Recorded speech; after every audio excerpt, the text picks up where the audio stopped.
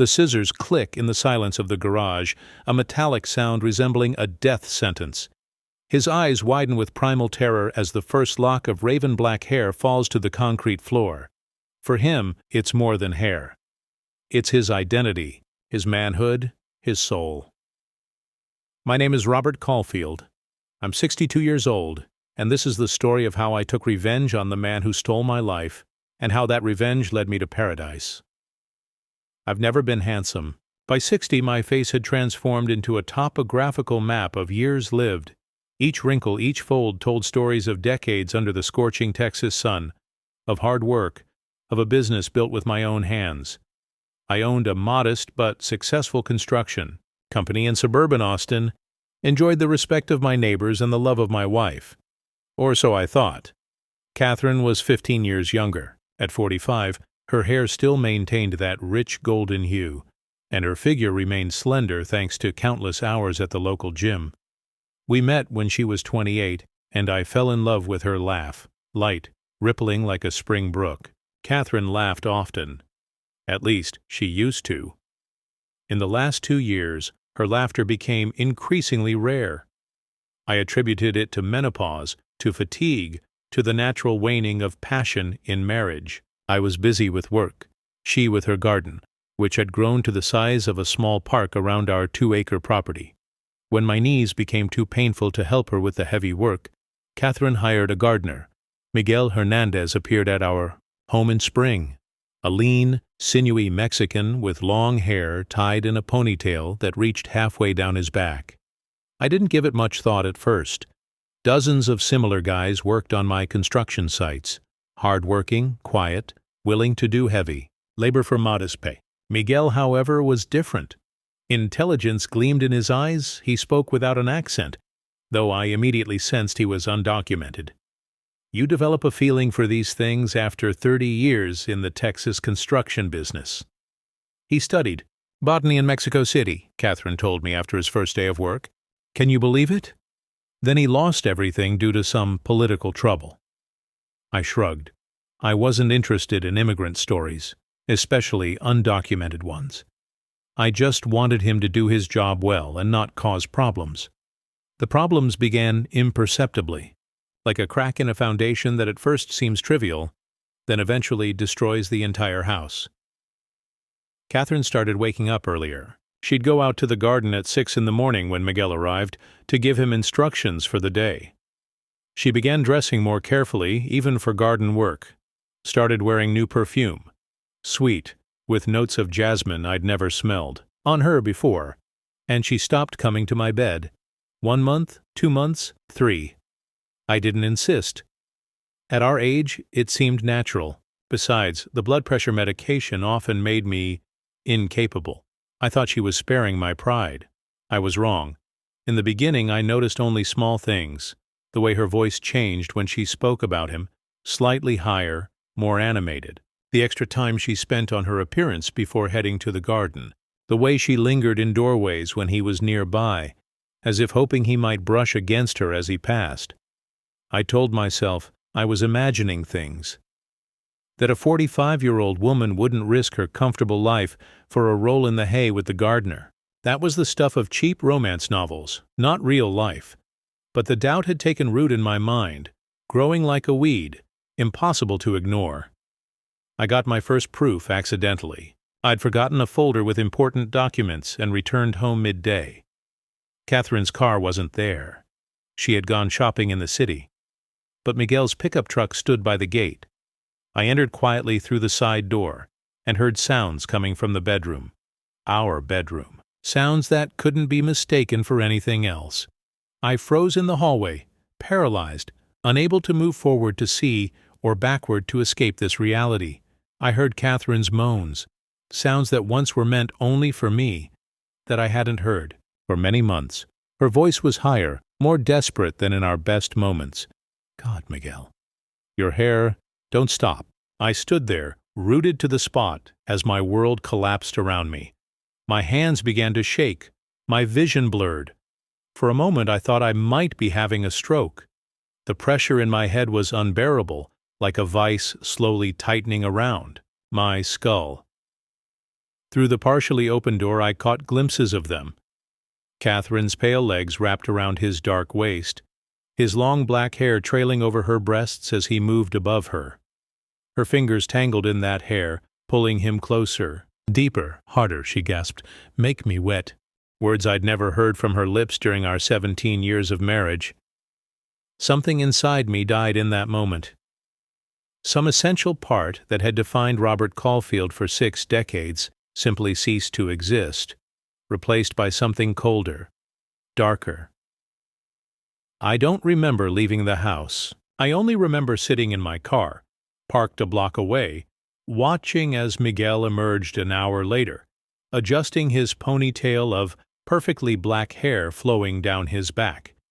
He moved with the casual grace of a young predator. I saw the smile on his face, not triumphant, but serene, as if he was doing something completely natural. Maybe for him it was natural, but that wasn't the only time I caught them together. 2 weeks later, after pretending nothing had changed, I told Catherine I was leaving for an overnight business trip. Instead, I parked down the street and returned after midnight, entering through our rarely used basement door. This time, they weren't in the bedroom. I found them in the garage, my sanctuary, where I kept my tools, my father's vintage Mustang that I was restoring. They were on the hood of that car, Catherine bent over it, Miguel behind her. The overhead light caught his flowing hair as it swayed with each thrust. I didn't make a scene. I didn't burst into the garage shouting threats. That's not my style. Instead, I silently retreated, the image of them defiling my father's car seared into my brain. That night, as I sat in a motel room with a bottle of bourbon, I began to plan. First, I installed cameras, not just in the bedroom, but in the garden, living room, porch, and especially the garage, everywhere they might meet. Small, undetectable devices transmitting images to my secure server. And I watched. God, how I watched. I saw his hands, tanned, with garden soil embedded in the skin, glide over my wife's body. How she arched toward him. How they made love in our bed on the chaise lounge by the pool, right on the ground among the rose bushes. I saw how his long hair streamed over her skin, how she buried her fingers in it, pulled him closer, whispered something in Spanish, a language she'd recently started learning for self-improvement. I observed them smoking after their games, sharing a single cigarette. Catherine never smoked with me, said it was a disgusting habit. I heard their conversations about how they would run away together when the old man finally kicks the bucket, about how they would spend my money, about what a pathetic, unsuspecting fool I was. "He can't even get it up anymore," Catherine told him one afternoon as they lay naked in the garden. "It's been years since we've had real intimacy." Miguel laughed. "Maybe he needs some Mexican Viagra, no?" "What he needs is a coffin," she replied. And they both laughed. I watched them for 3 weeks. Every encounter, every whispered plan, every betrayal. And through it all, I kept seeing his hair. Always his hair. Catherine was obsessed with it. Brushed it after his shower, braided it, said she'd never seen such beautiful hair on a man. "It's the legacy of my ancestors," Miguel told her once, as they lay naked in my garden. "My strength, my honor. Men in my family never cut their hair. It would be like cutting off part of our soul." That's when I understood exactly how I would get my revenge. But first, I needed to learn more about him. Know thy enemy, a principle as old as warfare itself. I investigated him thoroughly. Discovered that Miguel Hernandez wasn't his real name. That he had fled Mexico after his brother was killed in drug cartel disputes. That he was mortally afraid of deportation, not because of fear of authorities, but fear of the cartel that had declared open season on his entire family. I learned he worked in 3 other homes in our neighborhood, that he rented a tiny room on the outskirts of town, that every Thursday evening he went to a local bar where other undocumented workers gathered. I paid a private investigator, an ex-cop who didn't ask questions, to dig deeper. He uncovered that Miguel was from a small indigenous community in the mountains of Chihuahua, that he'd been educated at a missionary school, which explained his accent-free English, that he'd actually trained as a botanist before cartels had taken over his hometown, forcing him to choose between working for them or fleeing. And I learned about his hair, that in his tribe, a man's long hair symbolized his strength, his masculinity, his status. To forcibly cut a man's hair meant stripping him of honor, disgracing him forever. Perfect. I also discovered something else: his legal vulnerability. My PI found out that Miguel had been involved in a minor traffic accident 3 years ago. He'd given false information to the police. If reported now, combined with his undocumented status, it would mean certain deportation. It was all falling into place. I had the leverage I needed. As I gathered this information, something changed within me. The pain of betrayal receded, replaced by a cold, calculated focus. I wasn't just Robert Caulfield, cuckolded husband anymore. I was becoming something else, a predator stalking his prey. The night I finalized my plan, I stood in our bedroom watching Catherine sleep. She looked peaceful, beautiful even. For a moment I felt a pang of what we once had. Then I remembered her words to Miguel. What he needs is a coffin. Any remaining sentiment died in that moment. The plan was simple. I told Catherine I was going to a construction site in San Antonio for 2 days. In reality, I stayed at a motel 20 minutes from home. Thursday evening, I called Miguel from a disposable phone, said I was a contractor looking for gardeners for a major project, set up a meeting in my garage, a separate building in the far corner of the property, told him the homeowners were away but had allowed me to use their space. Catherine had indeed left for a party at her friend's house. I knew her schedule better than she did herself. Miguel arrived precisely on time. I watched him through cameras installed in the garage, saw him looking around, somewhat nervously. His hair was loose, black silk against his white t-shirt. This was the same garage where I'd watched him bend my wife over my father's Mustang, the same space where they'd desecrated something I held sacred. It seemed fitting that it would be the place of his unmaking. I entered through the side door. In my hands was a bottle of tequila. "Miguel," I smiled. "Thanks for coming. I'm James Ramirez." I extended my hand. He shook it, still wary. "Care for a drink?" I showed him the bottle. Real Mexican tequila. A friend brought it from Tijuana. That broke the ice. He smiled, showing white teeth. "Of course, Señor Ramirez." I took out 2 glasses, poured the tequila. To his glass I added a special ingredient, a mixture of sedative and tranquilizer that my neighbor's veterinarian used to calm aggressive dogs. I'd told the vet my dog was having anxiety attacks, another lie in a growing collection. To new collaboration, I said, raising my glass. He drank it in 1 gulp. I pretended to drink mine. "So tell me about the project, Señor Ramirez." I began spinning a tale about a large residential complex, gardens that needed development, about good payment in cash, no questions about documents. I watched as his eyes became glassy as he tried to focus. "Are you all right, Miguel?" "I don't know. Head's spinning. Perhaps more tequila." I refilled his glass. He drank mechanically. Within 5 minutes, his head dropped to his chest. I waited another 10 minutes to ensure the drugs had taken full effect. Then I carefully locked all the doors and closed the blinds. The garage was soundproofed. Not intentionally, but the previous owner had used it as a workshop and installed thick insulation to avoid disturbing neighbors. I pulled a chair to the center of the space, directly under the brightest light. With some effort, Miguel was lean but solid muscle. I positioned him in the chair. I secured his wrists to the armrests with zip ties, his ankles to the chair legs. I'd purchased everything I needed from different hardware stores across the city, paying cash each time. When Miguel regained consciousness, he was tied to a chair in the center of the garage, his hands behind his back, legs secured to the chair legs. I sat across from him holding professional hairdressing scissors. They gleamed in the light of the single bulb hanging overhead. What's happening?" His voice was hoarse.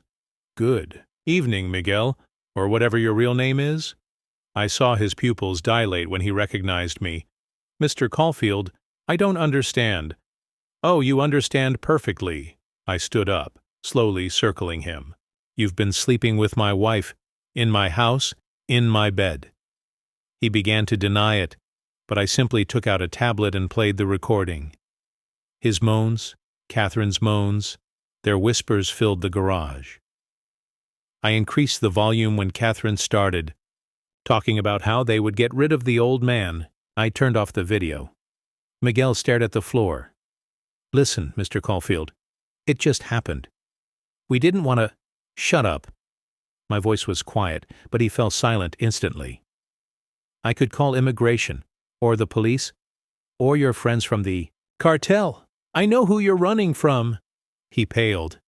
Genuine fear crossed his face. Please don't. They'll kill me and my family. I know. I stood behind him.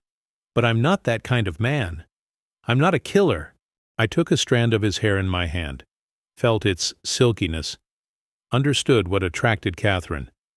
Beautiful hair, I said. Your pride, right? Your honor? He jerked, trying to dodge, but I held him firmly. What are you doing? No, please. The scissors clicked, cutting off the first lock. It fell to the floor, a black snake on the gray concrete. No! His scream was animal-like, desperate. Please, not my hair! Kill me instead! I continued cutting. Methodically, strand by strand. Cut it all, leaving uneven patches no longer than an inch. He cried, begged, and then simply fell silent, staring ahead with dead eyes. When I finished, a carpet of black hair surrounded the chair. I gathered it up and tossed it in the trash can in the corner. After I cut off his hair, the anger wouldn't let go, so I grabbed the pruning shears again, pulled down his shorts, and in one motion cut off a good portion of his python, if you know what I mean. I did it better than I did the bar mitzvah. I hope this secret stays between you and me, dear listener.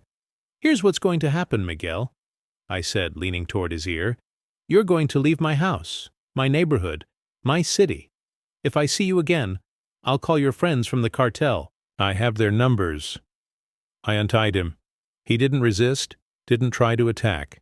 He sat, head down, touching his shorn scalp, and not only with his hand, as if not believing this had happened. You're disgraced now, aren't you? I asked quietly. In your culture, in your own eyes. I could have taken your life, but instead I took your honor, and that's worse, isn't it? He raised his eyes, empty, dead. Yes, he said simply. Worse. He stumbled to his feet, avoiding looking at the hair in the trash. At the door he paused. She never loved you, he said, his voice hollow. She was using me just like she was using you. Then he was gone, disappearing, into the night like a wounded animal seeking a place to die. Miguel disappeared from our neighborhood that same night. Catherine was furious, called him repeatedly, wept. I watched her through the cameras, savoring her desperation. A week later, I showed her the videos, all of them, their meetings in the garden, Panish game in our bed, conversations about my death. Then I told her what I'd done to her lover. He won't be coming back, I said. Ever, she screamed, cried, threatened to call the police. I calmly showed her the disc with the recordings. Conspiracy to commit murder, Cat. How many years do they give for that in Texas? 20? 30? She filed for divorce the next day. I didn't resist. Gave her the house, half the business. Kept only the recordings as insurance. 3 months later, I was free. 62 years old, wealthy enough, and completely alone. The pain had subsided, leaving a hollow space where my heart used to be. I sold my share of the business to my partner, liquidated most of my assets, and decided to start over somewhere far away. Thailand called to me. Not the tourist traps like Phuket or Bangkok, but the smaller, quieter places where Western faces were. Still a novelty. I settled in a coastal village 3 hours south of Phuket, rented a modest house overlooking the Andaman Sea, and began to breathe again. The first month was about healing. I swam every morning, ate fresh seafood, learned a few phrases in Thai. The locals were curious but respectful. I was just another retired Farang seeking peace in their paradise. I met Malika at the local market. She was selling hand-woven scarves, her slim fingers moving deftly as she demonstrated different ways to wear them. 40 years younger than me, with a quiet grace that reminded me of a tropical bird. Her English was broken but expressive, peppered with laughter that seemed to bubble up from deep inside her. "You alone?" she asked me after I'd visited her stall several times. "Yes," I said. "Very alone." "Not good," she shook her head. "Man should not be alone." I bought a scarf I didn't need, and she invited me for tea at her family's home. Her parents treated me with deference, a potential provider in a place where economic opportunities were scarce. I understood the transaction that was being proposed. It wasn't about romance or passion. It was about practicality, companionship, mutual benefit. 2 weeks later, Malika moved into my house. Her family received a generous monthly stipend. She took care of cooking, cleaning, and gradually my wounded soul. Our physical relationship developed slowly. She was shy at first, unsure.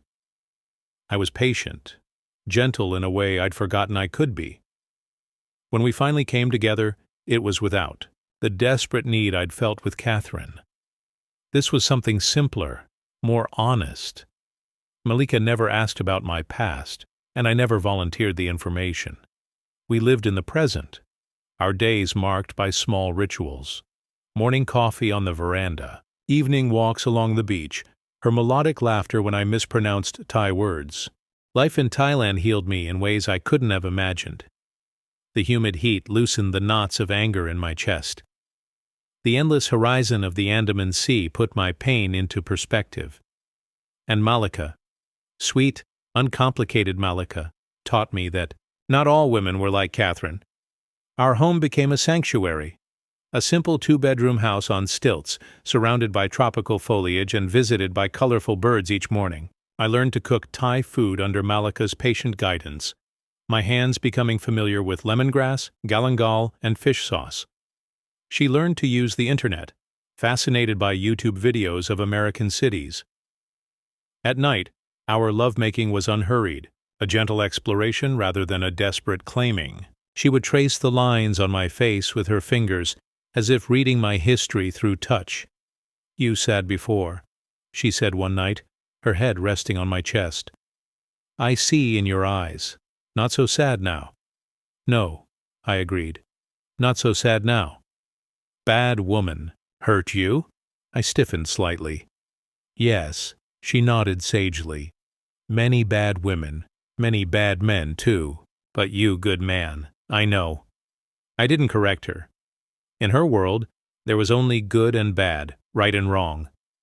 The gray areas that had consumed my life in America didn't exist here. Months passed, then a year.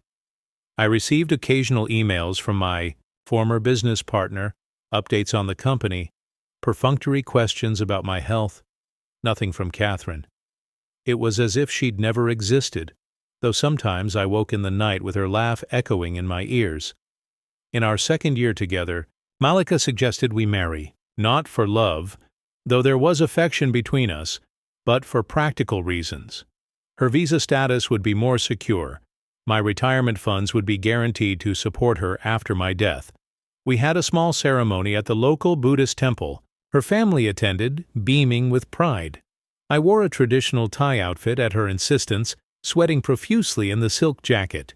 She looked beautiful in red and gold, her face serene and composed.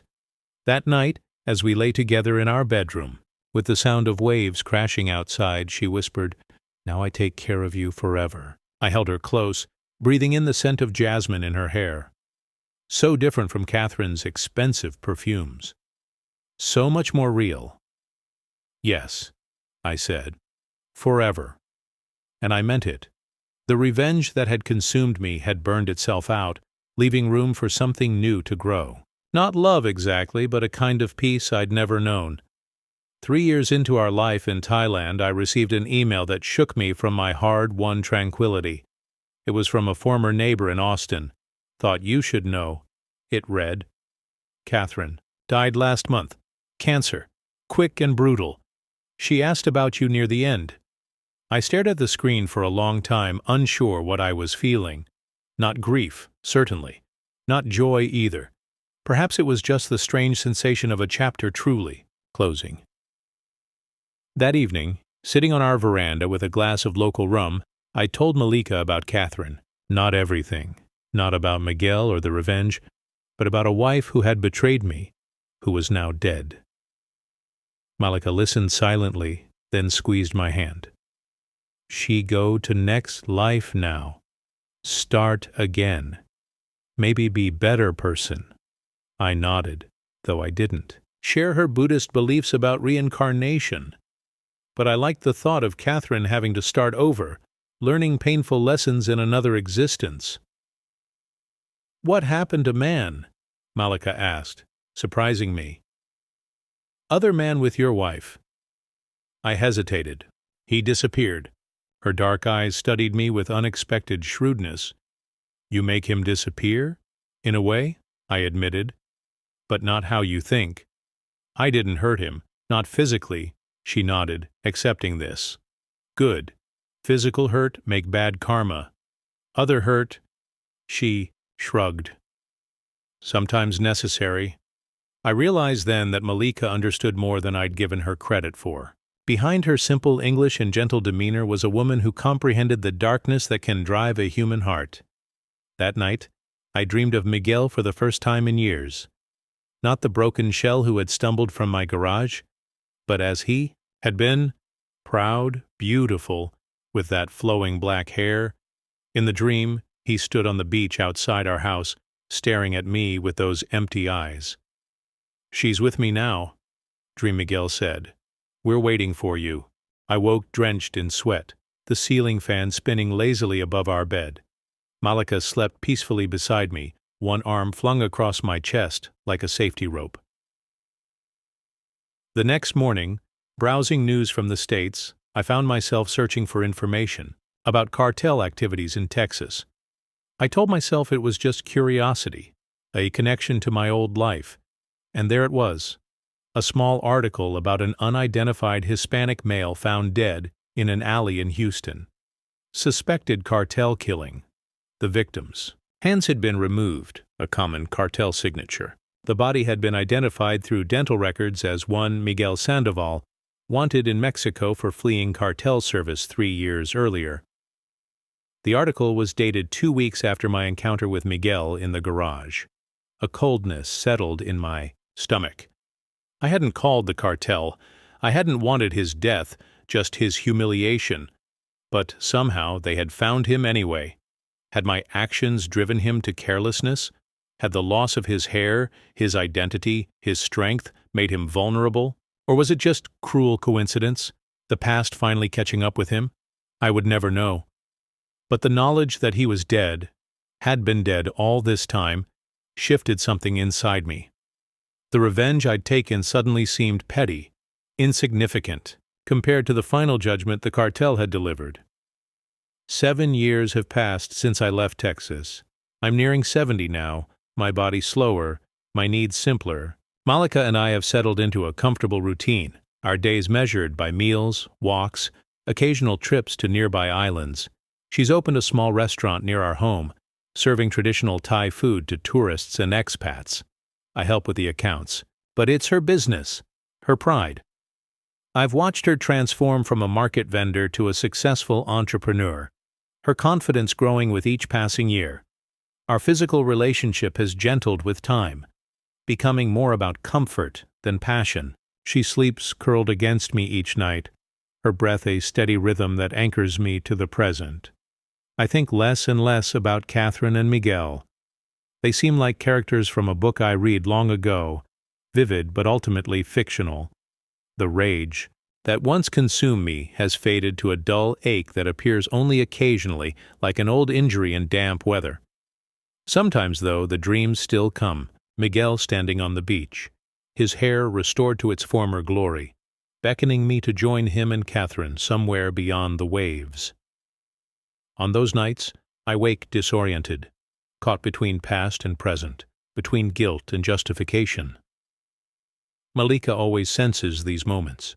Without words, she'll make a cup of ginger tea, sit with me on the veranda until dawn breaks over the water. She never asks about the dreams, and I never tell her. Some secrets are meant to stay buried, like hair in a garage trash can thousands of miles away. Last month, I received a strange package. No return address, postmarked from Houston. Inside was a small carved wooden box, and inside that, a single lock of black hair tied with red thread. No note. No explanation. I stood in our kitchen holding that lock of hair, feeling time collapse around me. Was it Miguel's hair, somehow preserved all these years? Had Catherine kept it as a memento of her lover, and someone had found it among her possessions after her death? Or was it something else entirely? A cruel joke from someone who knew my story? A coincidence without meaning? Whatever the truth, I took the box and hair down to the beach that evening when Malika was busy at the restaurant. I waded into the warm waters of the Andaman Sea, let the waves lick at my waist. Then I opened the box and released the lock of hair into the water. It floated for a moment on the surface, black against the indigo dusk, before a wave took it, pulling it out toward the horizon where sea meets sky. "It's over," I said aloud, though there was no one to hear. "It's done." I don't know if I was speaking to Catherine, to Miguel, or to myself. The man I once was, consumed by betrayal and revenge. Perhaps to all of us, the strange triangle we had formed and that had ultimately destroyed two of us. As I walked back to shore, I felt lighter somehow. The burden I'd carried across oceans and years had finally slipped away, taken by the same waters that had given me a new life. Malika was waiting at the edge of our property, a puzzled expression on her face. "You swim at night?" she asked. "Dangerous. Current strong." I took her hand, felt its warmth against my cool, wet skin. "I'm fine. Just saying goodbye to something." She studied my face, then nodded. "Good. Past is past. Now is now." "Yes," I agreed. "Now is now." We walked back to our home together, the lights of her restaurant glowing in the distance, the sound of tourist laughter floating on the evening breeze. Above us, stars appeared one by one in the darkening sky, countless points of light reflecting on the endless sea. I had traveled a long way from that garage in Texas, from the man who had meticulously planned and executed a revenge that ultimately meant nothing. That man, like Catherine, like Miguel, was gone, transformed by time and distance into someone I barely recognized. This was my life now. Not perfect, not always easy, but honest, real. The shadows would always be there, but they no longer defined me. I squeezed Malika's hand, and she returned the pressure, her simple gesture a reminder that sometimes the greatest revenge against those who have hurt you is simply to find peace without them. And I had found mine, on this distant shore, with this woman who asked for little and gave much. In the end, it wasn't about winning or losing, about justice or vengeance. It was about surviving, about choosing to live when everything in you wants to die. Miguel and Catherine had lost that choice. I had made it, and each morning, when I wake to the sound of waves and Malika's gentle breathing, I make it again.